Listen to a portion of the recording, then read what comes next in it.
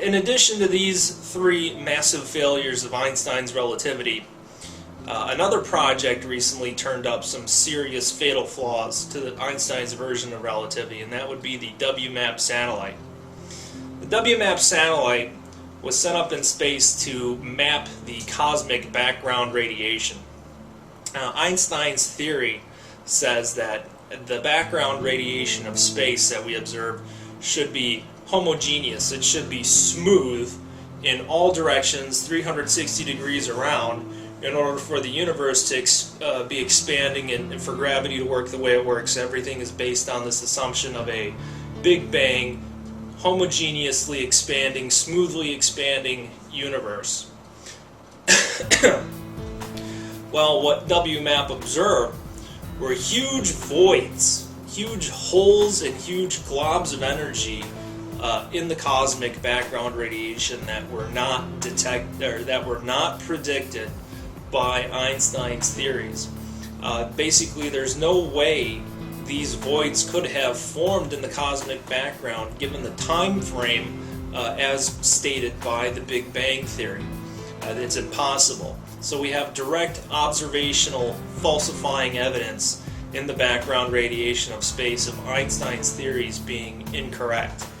But what further, a little more interesting note on the WMAP findings was that scientists looking at these findings of the WMAP satellite figured out a way to bend and twist Einstein's theories to conform with the observational evidence returned by WMAP. So they predict a smooth, homogeneous background before WMAP.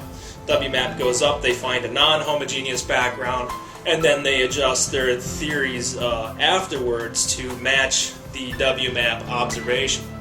Well, it turns out that all of the WMAP observations had serious problems with them. I can read this statement to you from the ACG, and they say, it seems that there are spurious temperature anistropies that are comparable with the entire anisotropy found in the WMAP team's maps. Therefore, the entire analysis of cosmological parameters based on these maps is wrong. Indeed, it seems very puzzling that an analysis that is so contaminated with errors should come up with parameters anywhere near those expected by cold dark matter models. So the satellite sensors themselves were screwed up in taking just grossly distorted readings of the background information, and still, even though we had grossly distorted readings of the background information and huge evidence, even with the distorted background readings of these massive voids in space, they still managed to say, well, Einstein's theories still hold up because we can basically adjust them to do whatever we want. So what you should take away from this is that no matter what observational findings are turned up by these satellites, physicists can bend and twist Einstein's theories to meet anything. There is no way to falsify Einstein's version of relativity according to observational evidence. The physicists can simply dream up new forms of matter, new forms of energy, bend space in ways that are incomprehensible, and claim Einstein's theories still hold up. So really, you have falsifying evidence against standing theory, and the scientists say, oh no, really it's not falsifying evidence. We'll just change some numbers here and move some stuff around, and oh look, everything works out again. But really, that's not how science is supposed to work. So here we have 4 blatant falsifying observations of Einstein's version of relativity.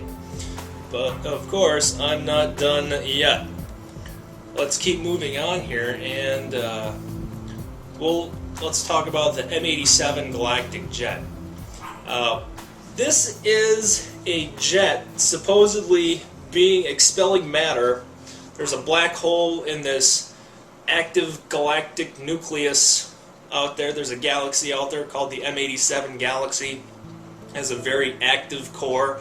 Supposedly there's this supermassive black hole residing at the center of this galaxy, and matter's getting sucked into this massive black hole at the center of the M87 galaxy, but really it's not getting sucked in. Instead, this black hole likes to spit rather than swallow. It blows out a huge, long, culminated jet, a very thin beam of particles getting blasted out of this at a right angle to the galaxy. And what scientists are doing, what scientists have found observing this jet, is that portions of the jet will flare up and brighten at huge distances away from the black hole. So in order for their observations to work out correctly, to say that a black hole is ejecting matter and this ejection of matter is responsible for this jet forming, the matter would have to be shooting out of this black hole at speeds in excess of the speed of light. Because say you have the black hole here, a flare-up occurs here, but no visible stream of matter went in between them. You just see a part of the beginning of the jet here, nothing, then there's a blob of matter here, and this blob of matter drastically flares up and brightens, but no visible matter was seen streaming towards this blob here. And this happens rapidly over huge distances, many light years in between the flare-ups that they're visibly watching and the center of the black hole. So basically what they are observing is portions of this jet flaring up that Einstein's theories say is an impossibility. Scientists have said that, oh well, the galaxy is probably at some weird angle to us, and this angle can account for the fact that we didn't see any matter actually shoot out of the hole, we just see portions of the jet brighten. But in actuality, they're only talking about a very tiny portion of the jet, and when you look at the totality of the jet and the changes over the totality of the jet that occur over time, this explanation of a weird angle just doesn't hold up. You can look at pictures of them. I'll bring up right now actually, and further post it on my blog.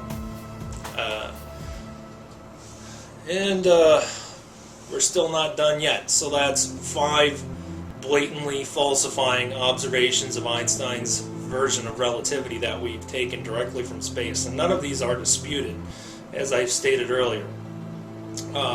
Another gross observation that falsifies Einstein's version of relativity is something called dark flows. Dark flows, when scientists measure galaxy, they measure the movement of galaxies as they're observed to move against the background, and they can see huge, vast swaths of movement occurring within galaxy clusters that we can observe. And according to Einstein's theories of relativity, this should not be so. This should be impossible. So scientists have been coming up with all manner of crazy excuses to explain away this movement of galaxies, ranging from another universe outside of our visible range to multiple dimensions of wild, other universes tugging on our universe. Just all sorts of crazy, unscientific, unfounded explanations to try and explain this movement of galaxies that we see out there. And this is a direct falsifying observation of Einstein's theories. Make no mistake about it. Another major, so now I think we're up to 6, but let's keep moving on here.